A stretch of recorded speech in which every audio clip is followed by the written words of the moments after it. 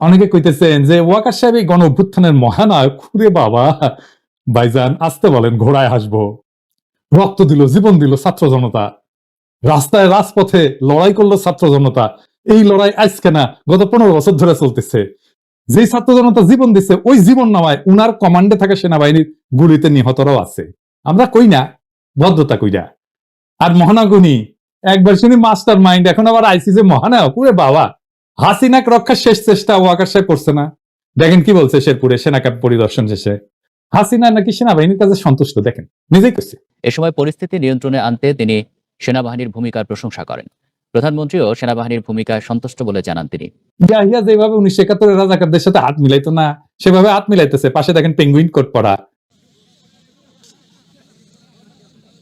পাশে দেখেন বক্তৃতা দেওয়ার সময় রয়ের অ্যাসেট মুজিব দাঁড়ায় আছে। সেনাপ্রধান কিছুই করে নাই। সে পারলে হাসিনাকে ক্ষমতায় রাখতো, পারে নাই। কেন পারে নাই? পারে নাই জুনিয়র অফিসার আর সৈনিকদের কারণে। ব্যাপক সংখ্যক জুনিয়র অফিসার এবং সকল সৈনিক গুলি চালাইতে চায় না। এই জন্যই ওয়াকার লাইন আসিছে, এই ক্রেডিট সৈনিক আর জুনিয়র অফিসারদের। যার যেটা ক্রেডিট তারে সেটা দেন, যে ক্রেডিটের যোগ্য না তারে সেটা দিয়েন না। একটা জিনিস কয়ে রাখি, বাংলাদেশের সেনাবাহিনীর সৈনিক, সকল সৈনিক এবং জুনিয়র অফিসাররা সবসময় প্রো পিপল। এই ইকুয়েশনটা মাথায় রেখে তারা সবসময় জনতার আকাঙ্ক্ষার পাশাপাশি থাকবে। সমস্যা সিনিয়র অফিসার জেনারেল গেরে নিয়ে। আমি প্রথম থেকে কয়ে আসতেছি, প্রফেসর ইউনূসের দুইটা বিপদ, এক সুপ্পু আর একটা বিপদ ওয়াকার। ওয়াকার নিজেই একটা ক্ষমতা কেন্দ্র হইয়া উঠতেছে, এটা বিপদ, এটা রাষ্ট্রের জন্য বিপদ। এই জিনিসটা যদি না বুঝতে পারেন, রাজনীতি নিয়ে আপনার মাথা কামানোর দরকার নেই। রাষ্ট্রে ক্ষমতা কেন্দ্র একটা থাকে, একটা। সে পাল্টা ক্ষমতা কেন্দ্র তৈরি করতেছে, যেহেতু তার আন্ডারে ট্রুপস আছে। আমি ওয়াকারের ওই বিকল্প ক্ষমতা কেন্দ্র ভেঙে দিব। আমি চাই সে প্রফেসর ইউনূসের পূর্ণ কমান্ড মাইনা কাজ করুক। সুপ্পু বিদায় নিবে, ওকে বিদায় নিতেই হবে। অনেকেই দাবি তুলিচ্ছে, ছাত্ররাই দাবি তুলিচ্ছে, আমি তো অনেক আগেই কইছি। কিন্তু ওয়াকারের উপরে প্রফেসর ইউনূসের পূর্ণ কমান্ডের জন্য কেউ কাজ করিচ্ছে না, এই বান্দা ছাড়া। এবার বুঝছেন তো, যারা কইতেছে আমি প্রফেসর ইউনূসের সরকারকে বিপদে ফেলার চেষ্টা করতেছি, তাদের মাথায় যে উন্নত মাদের মোদির সাপ্লাই দেওয়া গোবর আছে, এটা বুঝতে পারছেন তো। আমি প্রফেসর ইউনূসের সরকারের ক্রিটিক করব, এটা আমি উনি যেদিন শপথ নিছে সেই দিনই বলছি। আমি না ধমকাইলে ওনার উপদেষ্টারা কি অগ্নিমূর্তি ধারণ করতেন দেখেন। হাত ভাঙ্গা ভাঙির কথা কইছে না, কইছে না আমরা ইমোশনাল কথা বলি, কইছে না প্রবাসী বাংলাদেশিদের ইলিশ দেয় না, আর কলকাতায় ইলিশ পাঠানোর জন্য সুন্দরী কোটায় ওই উপদেষ্টা হওয়া রেজওয়ানা দেওয়ানা হয়ে গেছে। দেখেন নাই, এইগুলোর কাঁচা কুঞ্চি দিয়ে পিটাইলে শান্তি পাইতাম। পিনাকি না থাকলে এইগুলা সব ইন্ডিয়ার কাছে পাইতে দিত। কি পাইতে দিত জিগায় না, বুঝে নেন। হাসিনা কইছে 1 মাস টিকবে না প্রফেসর ইউনূসের সরকার, কইছে না। নতুন ফোন কল ফাঁসিছে না। ইউনূসের কথা শুনে লাফাচ্ছে আর এটা জামাতে ওরা কয়দিন আছে, সামনে 1 মাস থেকে কিনা দেখো।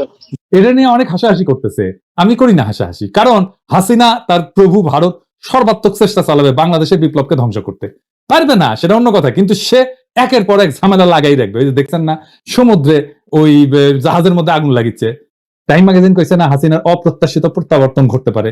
এইগুলার একেবারে হাওয়ায় উড়াই দেন না। কিভাবে প্রত্যাবর্তন ঘটতে পারে আর কিভাবে এইগুলারে উড়াই দিবেন, সেটা নিয়ে আলাপ করি বরং আসেন।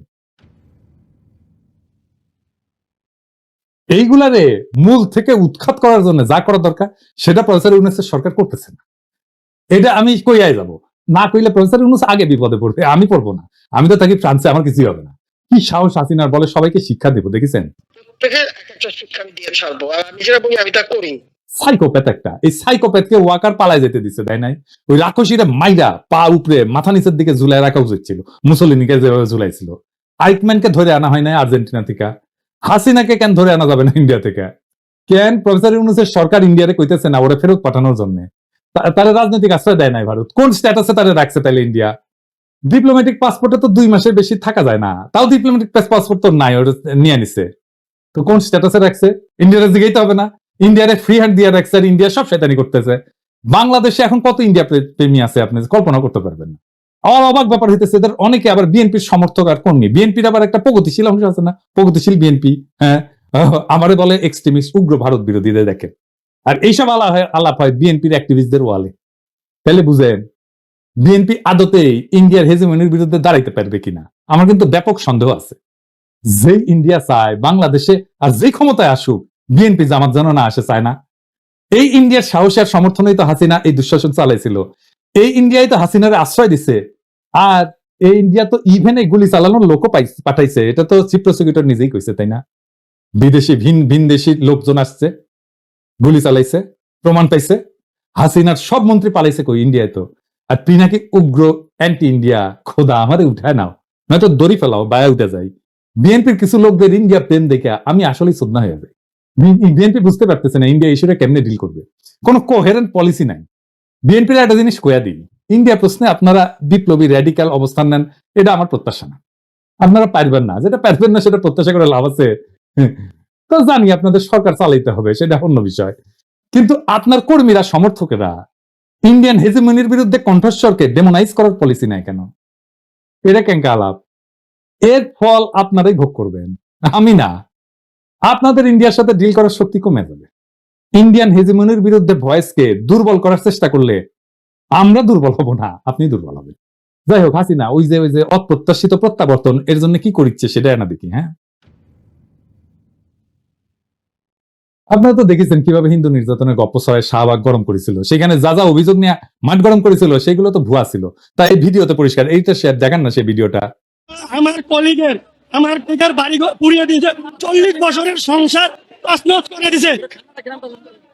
থানা আমার মেহেরপুর অ্যাড্রেস আমি আপনাকে এখন দিতে পারছি না, আপনি চাইলে আমি সব দিতে পারবো, কোনো সমস্যা নাই। থানাটা ভুলে গেছি আমি, এই মুহূর্তে আমার মনে নেই, বাট হচ্ছে গেল আপনি আপনার বাড়ির থানা যদি আপনি ভুলে যান, এই ধরনের রঙিন ঠিক আছে, আমাকে যেতে হবে তো জায়গায়, যেতে হবে তো। দেখেছেন কি মিছা কথা করছে? হিন্দু সে যে আওয়ামী গুন্ডারাই মিছিলে যোগ দিচ্ছে, দেখেছেন? এই যে দেখেন, আবার দেখেন বাচ্চাদের দিয়ে মিছা স্টেটমেন্ট দেওয়া হয়েছে। আবার বাপ কয় যে ভুল করেছে আমার পোলা, সমস্যা যা হওয়ার সেটা হয়েছে। এই যে দেখেন ফরহাদ জয়, মিরপুর 1-এর আওয়ামী লীগের গুন্ডা, অনেক ছাত্রদের ধরে ধরে পুলিশের কাছে দিছে, পিটাইছে, এমনকি হত্যাও করছে এবং হত্যায় সহায়তা করছে। এখন সে হিন্দু, সে যে বিক্ষোভ করিচ্ছে, দেখেছেন?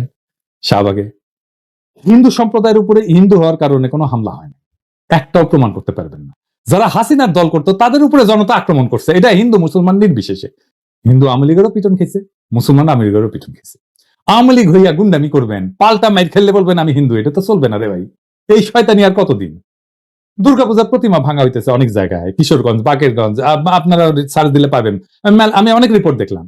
আমি হিন্দু সম্প্রদায়কে একটা কথা বলি, আপনারা প্রতিমা বানাইতেছেন, উৎসব করবেন, আপনারা প্রতিমা পাহারা দেন না কেন? আপনার ফেলায় চলে যান কেন? রাতে পাহারা দিতে আসলে 3টার সময় ঘুমায় যান কেন, আর ওই সময় এসে ভেঙে যায়? এমন না যে আপনাদের তারাই দিয়া মন্দির থেকে ওই সবার সামনে ভাঙতেছে, তা তো না। লুকায় লুকায় থাকতেছে, লুকায় লুকায় ভাঙতেছে। আপনারা যখন অসতর্ক তখন এসে ভাঙতেছে। তার মানে আপনারা কখন অসতর্ক সেটার খোঁজ রাখতেছে তারা, বুঝছেন তো? ওদের ইন্টেলিজেন্স আছে। যেই দেশে ব্রিগেডিয়ার জেনারেল আর্মির পোশাক পরে ডাকাতি করে, ওই দেশে সতর্কতা লাগে, একটু বেশি সতর্কতা লাগে। আর দেশে তো এখন একটা অস্বাভাবিক পরিস্থিতি বিরাজ করতেছে, তাই না? পুলিশ নাই, একটা সরকার পরিবর্তন হয়েছে, এটা বিপ্লব হয়েছে, এতগুলো মানুষ মারা গেছে, মানুষের মনে ট্রমা, কোথাও কোনো ল অ্যান্ড অর্ডার নাই, সরকার গুছায় বসতে সময় লাগতেছে। আপনারা যে অরক্ষিত রাখতেছেন প্রতিমাকে, এর দায় কার? ইন্ডিয়া তো দেখাইতে চায় বাংলাদেশে হিন্দুরা নিরাপদে পূজা করতে পারে না। দেখেন ইন্ডিয়া মিডিয়া কি বলা হইতেছে, হিন্দুরা শঙ্কার মধ্যে পূজা করতেছে। আবার দেখেন ভারতের আলো, মানে প্রথম আলো কি চাপাইতেছে, দেখেছেন? প্রথম আলো। মতি ভাই, আপনার কলে খবর আছে মতি ভাই, আপনি তো বুঝিচ্ছেন না, বুঝছেন? আপনি ইন্ডিয়ান এজেন্ডা চালাই যাচ্ছেন, যতই করি নিষেধ করি ততই আপনি চালাই যাচ্ছেন, ছাড়িচ্ছেন না, তাই না? প্রথম আলো কলে আলো দিয়া আরো আলো করে দেওয়া হবে, বুঝছাও মতি ভাই? বেশি আলো দেওয়া হবে কিন্তু, প্রথম আলো বেশি আলো দেওয়া হবে কিন্তু। মশাল মিছিল নিয়ে যায়, যদি ঠাসি না খান এখনো। এইগুলো কারা ভাঙিচ্ছে? এগুলো এজেন্সি ভাঙিচ্ছে। আমি সে আলাপে আসতেছি, কিন্তু হিন্দু সম্প্রদায়কে কইতেছি আপনারা স্বাভাবিক নিরাপত্তার ব্যবস্থা করবেন, কোনো আলাদা কিছু করতে হবে না। এজেন্সি নাশকতার চেষ্টা করতে পারে, এই সম্ভাবনা আছে। সেনাবাহিনী সতর্ক থাকলে কিছু হবে না। আর একটা বিশেষ সময়, যেই সময় ভিন্ন একটা দেশ, সেই দেশের মদতপৃষ্ট পতিত ক্রিমিনাল রাজনৈতিক দল আর সেই দলের রেখা যাওয়া দুর্বৃত্ত গোয়েন্দা সংস্থার শয়তানি চেষ্টা থাকবে, সেই শয়তানি চেষ্টা রুখে দেওয়া সম্ভব। তখনই সম্ভব যখন আপনি আপনার শত্রুকে ঠিক মতো চিনতে পারবেন। যখন আপনি চিনবেন আওয়ামী লীগের ভারত আপনার প্রকৃত শত্রু, যারা আপনাদেরকে দাবার ঘুঁটি হিসেবে ব্যবহার করে, সেই দিনই আপনি মুক্তি পাইবেন, সেই দিনই আপনি নিরাপদ হইবেন, সেদিনই আপনি নিরাপত্তা পাইবেন। এটা বুঝছেন? এবার আসেন কালো পতাকা নিয়ে আলাপ করি। এখন দেখেন আর একটা মজার জিনিস দেখাই। এই যে এপোলা হিন্দুত্ববাদের পতাকা নিয়ে খুব জোশ করিচ্ছে, সবাই পতাকা নিয়ে আসপার করছে শহীদ মিনারে, আর নিজেই এই কলেমার পতাকা দেখা সে আবার নিজেই করছে যে এটা আবার কি, এটা কি বাংলাদেশের পতাকা? তাহলে এই ভাল শুন, এটা কি বাংলাদেশের পতাকা তুই যে নিয়ে আসছু? হ্যাঁ, দেখেছেন তো কি অবস্থা? নিজের বেলায় আটি সাটি, পরের বেলায় সিমটি কাটি। আপনারা দেখেছেন যে কলমা খচিত পতাকা নিয়ে মিছিল হইতেছে, আমি ছবি টবি দেখাইতেছি না, অনেকে কইতেছেন যে আইএস বা আল কায়দার পতাকা। কথা হইতেছে কলমা লেখা পতাকা নিয়ে একজন মুসলমান অবশ্যই মিছিল করতে পারে, এটা তার রাজনৈতিক এবং ধর্মীয় অধিকার। কিন্তু যা হইতেছে তা হচ্ছে এই পতাকাকেও ছাত্রদের হাতে তুলে দিতেছে, অর্গানিক না কিন্তু অনেক ক্ষেত্রেই। কারা? প্রাথমিক তদন্তে জানা গেছে যে ছাত্রলীগের অনেক প্রোফাইল কলেমা প্রোফাইল হইয়া গেছে, এরাই এই কাজের পিছে জড়িত। দেখেন ছাত্রলীগ ভাইরাল হইয়া গেল, মসজিদে গিয়ে মুসল্লিদের পিটানো, আবার মুসল্লিদের দাড়ি টেনে সেরার পরে এরা পথে আসিছে। আলহামদুলিল্লাহ, ছাত্রলীগের এই কাজের পরে দেখেন ব্লুমবার্গে কি কইতেছে, বাংলাদেশে ইসলাম পন্থার উত্থান হইতেছে। খেলাটা বুঝতেছেন? আমারে হেফাজতের নেতা একটা মেসেজ পাঠাইছেন, কয়ে রাখি এই নেতা ফ্যাসি বিরোধী লড়াইয়ে ঝুঁকি নিয়ে দারুণ ভূমিকা রাখছেন, মাদ্রাসা ছাত্রদের অংশ নেওয়ার ক্ষেত্রে ওনার ভূমিকা ছিল খুব ক্রুশিয়াল। আমি কইলাম না, চিনে ফেলবেন, একজন খুবই সম্মানিত আলেম। উনি আমারে লিখছেন, আমি হুবহু পড়তেছি। প্রফেসর ইউনূস এটাকে শোনাবেন কেউ? হাসিনার জামানায় আলেমদের নিয়ন্ত্রণ করতে এনএসআই এর যারা যেসব আলেমদের সাথে সংযোগ স্থাপন করেছিল, সেই অফিসাররাই এখন সেসব আলেমদের শক্তি সঞ্চয় করতে উৎসাহ যোগাচ্ছে। তারা বলতে চাচ্ছে এখনই সুযোগ আপনাদের দাবি আদায় করে নেওয়ার, আপনারা মাঠে দাবি তুলুন, আমরা সরাসরি শীর্ষস্তরে পৌঁছায় দেব এবং আপনাদের পক্ষে কাজ করব। আমরাও চাই আলেম ওলামারা বিভিন্ন গুরুত্বপূর্ণ দায়িত্বে যাক, দেশ পরিচালনায় তাদেরও ভূমিকা থাকুক। আমরা সুপারিশ করেই না আফম খালেদ সাহেবকে ধর্ম উপদেষ্টা করছি, আপনারা দাবি তোলায় আমরা বলেই শিক্ষা সংস্কার কমিটি বাতিল করছি। এখনই সুযোগ কমিশনত বাস্তবায়নের দাবি তোলার। তো উনি আমার রিকোয়েস্ট করে কইতেছেন যে অনেক ক্ষতি হয়ে যাওয়ার আগে এসব বিষয়ে সতর্ক করে সাধারণ ধার্মিকদের সচেতন করতে সহনশীল এবং যৌক্তিক ভাষায় লিখুন এবং বলেন। উনি আরো বলতেছেন যে ইসলামী অঙ্গনের বড় অংশ কিন্তু উগ্রবাদের বিপক্ষে এবং শান্তিকামী। বর্তমান তৎপরতার বিপদটা আপনি নজরে আনলে অনেকেই সচেতন হবেন এবং অনেকেই সচেতন করতে উদ্যোগী হইতে সাহস পাবেন। প্রফেসর ইউনূসকে পরামর্শ দিয়ে লেখা যায় কিনা যে হাসিনার সাজানো গোয়েন্দা সংস্থাগুলোর শুধু ডিজি পরিবর্তন করলেই হবে না, বরং এনএসআই এবং এর রাজনৈতিক শাখা এবং স্পেশাল অ্যাফেয়ার্স এর বিভাগের উপর থেকে নিচ পর্যন্ত সকল অফিসার এবং সদস্যদেরকে বদলাইতে হবে। যতগুলো জায়গায় উগ্রবাদের ইশারা দেখতেছেন, এটা করতেছে এনএসআই। এনএসআই মানেই কলে র। আমি ফ্রান্সে বসে এই খবর পাই, আর ঢাকায় বসে স্বরাষ্ট্র উপদেষ্টায় খবর পায় না, উপদেষ্টা মন্ডলী খবর পায় না। ফাইনালি আর একটা বিষয় নিয়ে আলাপ করি, কিভাবে হিন্দু কার্ড খেলা শয়তানি করা হইতেছে। আমি আমার দর্শকদের কাছে একটু মাপ চাই নিতেছি, একটা ঘটনার বিস্তারিত বলতে হবে, আপনার মনে হতে পারে ক্ষুদ্র ঘটনা, কিন্তু এটা এক্সাম্পল হিসেবে বলা ভালো, কারণ আমি এটা নিয়ে ইনভেস্টিগেট করছি।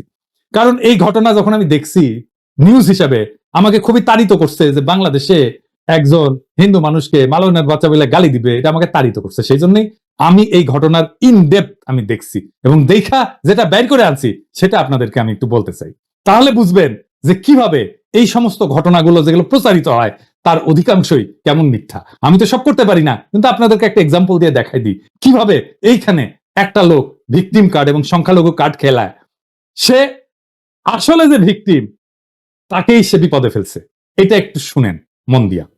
আমি একটু সময় নেব আপনাদের, কিন্তু এটা শোনাটা আপনাদের জন্য খুবই জরুরি। যাতা করে গালাগালি পারে মালায়নের বাচ্চা হয়ে, হ্যাঁ আজকেও গালাগালি পারছে। কত বড় সাহস মালায়নের বাচ্চা হয়ে এখনো পয়সা রয়েছে। জায়গার মালিক 5 ভাই 2 বোন, মানে এক ভাই মারা গেছে, তার ওয়াই পাইছে সব জায়গা দখল করতে চাইতেছে। চুক্তি যে নাকি মারা গেছে তার সাথে চুক্তি ছিল। বাকি 4 ভাইয়ের সাথে কথা হয়েছে, ছোট ভাইয়ের সাথে, সে দেখাশোনা বলছে যে এই ভাড়া আমরা আপনার ভাড়ার সাথে সমন্বয় করবো। বললাম যে আপনার তো এরকম হয়েছে, যে ভাই মারা গেছে ওনার ওয়াইফ আমাদের সাথে আইসা হজগট করতেছে, সে বলে আপনারা থানায় এবং আর্মিকে জানাই দেন। মালিক তো 5 জন, এখন ভাড়া দিব কাকে? এই কথাই আমরা ওনাকে বলি যে আপনারা তো 5 জন মালিক, আপনারা বসেন, যার সাব্যস্ত হয় তাকে ভাড়া দিব। 17-18 মাস হয়ে গেছে, এই ভাড়া টাকা মানে পার মাসে ভাড়া 40,000 টাকা ডিডে লেখা, কিন্তু ভাড়া আরো বেশি। এই নিউজটা আপনারা দেখেছেন, আমি কলে দেখেছি, একবার না বেশ কয়েকবার, আর বোঝার চেষ্টা করেছি যে সাংবাদিক সাহেব কি বোঝাবার চাইছেন, আপনারা কি বুঝেছেন। আমি কিন্তু বরাবরই বুঝে ফেলেছি, সাংবাদিক সাহেব বুঝতে চাইছেন যে ভাড়াটিয়া সুনীল বাবুকে মালিক পক্ষের গুন্ডারা আসিয়া মালায়নের বাচ্চা বলিয়া গালি দিচ্ছেন এবং সেই সাথে এখনো দোকান সারেস নাই বলিয়া হুমকি দিচ্ছে, তাই না? এটা কলে সরাই ফেলছে চ্যানেল আই, কিন্তু এই ভিডিওটা ছিল। তো এটা তো মহা একটা অন্যায় কাজ, এটা তো বলার অপেক্ষা রাখে না, তাই না? কিন্তু ওই রিপোর্টে কি আপনারা শুনেছেন যে মালিক পক্ষের সন্ত্রাসী ছাত্ররা নিজের মুখেই কথা বলিছে? আমি কিন্তু শুনি নাই, ভিডিও দেখেছিলাম। ভিডিও প্রতিবেদনটা সিনসার লারে সারা দেখেও আমি বুঝলাম না এই কথাটা কে বলতেছেন। ভাড়াটিয়া সুনীল বাবু নিজের মুখে অভিযোগ করতেছেন। যাতা করে গালাগালি পারে মালায়নের বাচ্চা হয়ে। হ্যাঁ, আজকেও গালাগালি পারছে। কত বড় সাহস মালায়নের বাচ্চা হয়ে এখনো পয়সা রয়েছে। পুরাই মেরে ফেলাই দেবো একবারে, ঘাট ধরে বাই করে দেবো মালায়নের বাচ্চা। তো এই অভিযোগটা সত্য হইতে পারে, নাও হইতে পারে, কিন্তু এটা কইছে, এটা আমি ঘুটায় ঘাটায় দেখছি, যেহেতু কইছে মালাউনের বাচ্চা কইছে, দেখো দরকার সারিস না, সেজন্য আমি আরো ঘুটায় ঘুটায় দেখেছি যে এটা আসলে কি। তো যাই হোক, এটা একটু ভুলে থাকি, একটা অন্য বিষয় দেখি, তাইলে বুঝতে পারবো।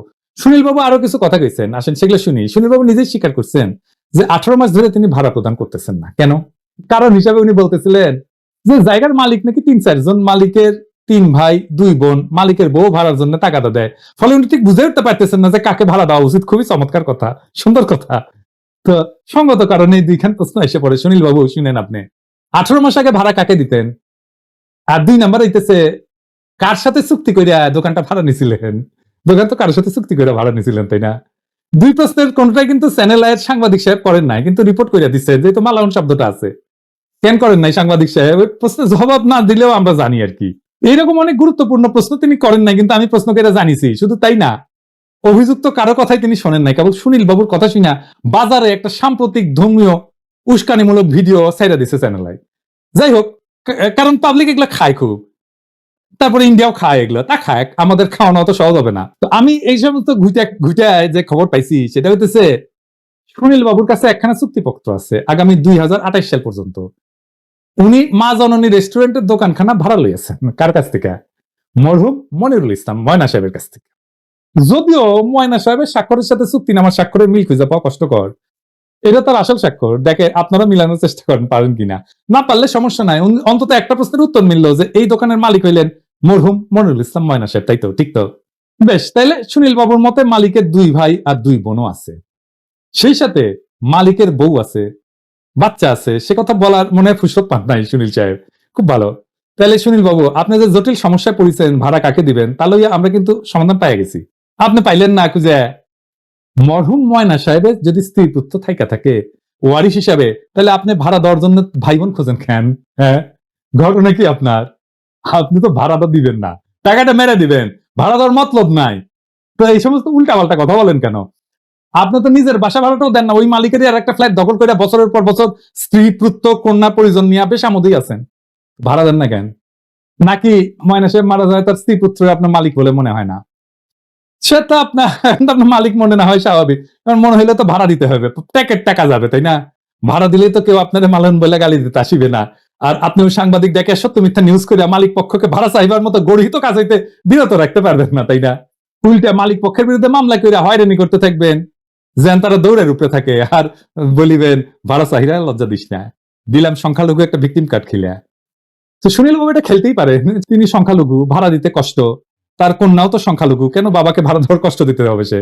সে না হয় নাই করতে দিল, কিন্তু চ্যানেলাই বাবু আপনারা এটা দেখবেন না? আপনারা কেন অভিযুক্ত কারো বক্তব্য না নিয়ে প্রতিবেদন বাজারে ছাড়লেন? সাংবাদিকতার একটা নীতিমালা আছে না, সেটা ভুলে গেছেন? চ্যানেলাই নিউজটা সরাইছে, কিন্তু এই ছেলেগুলার জীবন যে দুর্বিষহ হয়ে গেছে, সবাই তাদের দুষতেছে যে মালাউন বেলে গালি দিতেছে, সেই কাজ তারা তো করে নাই। আমি কথা কইছি, ওদের সাথে ওরা করে নাই। সুনীল বাবু বলুক তো, মা কালীর দিব্যি দিয়া বলুক তো যে বলছে কিনা। মিছা কথা বলেন কেন সুনীল সাহেব? মিশক একটা ভাড়া চাওয়ার ঘটনার রং মেয়েরা সংখ্যালঘু নিপীড়নে খেলা খেলতেছেন যাতে হাসিনা আবার ফিরে আসে, খুব মজা। এই সমস্ত কাজ কাম থেকে যদি বিরত না হন, তাইলে কিন্তু আপনাদের নিবৃত্ত করার পথ আমাদের জানা আছে সুনীল বাবু। আপনি আমার চেনেন নাই, বুঝছাও? আপনার চেয়ে আমি ডাবল যাওরা, আপনার চেয়ে আমি 1000 গুণ বেশি যাওরামি জানি। যাওরামি করবেন না, টাকা দিয়ে দিবেন, ভাড়ার টাকা দিয়ে দিবেন। যার সাথে আপনার চুক্তি হয়েছে সেই মালিকের পরিবারকে দিবেন, তার স্ত্রীকে দিবেন, তার পুত্র কন্যাকে দিবেন, ফয়সালা করে নেবেন বাড়িওয়ালার সাথে, বাড়ি ভাড়া আপসে দিয়ে দিবেন। এটা ন্যায্য বা ইনসাফ। তেরিবেরি করবেন না, এরপরে গেলে পুলিশ যাবে, আমি নিজের স্বরাষ্ট্র উপদেষ্টার সাথে কথা বলবো। আর এই গ্যাঞ্জামের মধ্যে যাবেন না, আমি যে বিষয়টা ধরি তার গোড়া ধরে টান দিই। বাংলাদেশে আমরা ন্যায় আর ইনসাফ কায়েম করবো, সেটা হিন্দু মুসলমান নির্বিশেষে। কোথাও বেইনসাফি দেখলে পিনাকি ঝাঁপায় পড়বে। এই ব্যাপারে আমার কলে কোনো ক্লান্তি নাই। পিনাকিরা যেন কোনো কিছু ছুঁইতে না হয়। জানেন তো, বাঘে চুলে 18 গা, থোলায় চুলে 36 ঘা আর পিনাকি চুলে জয়।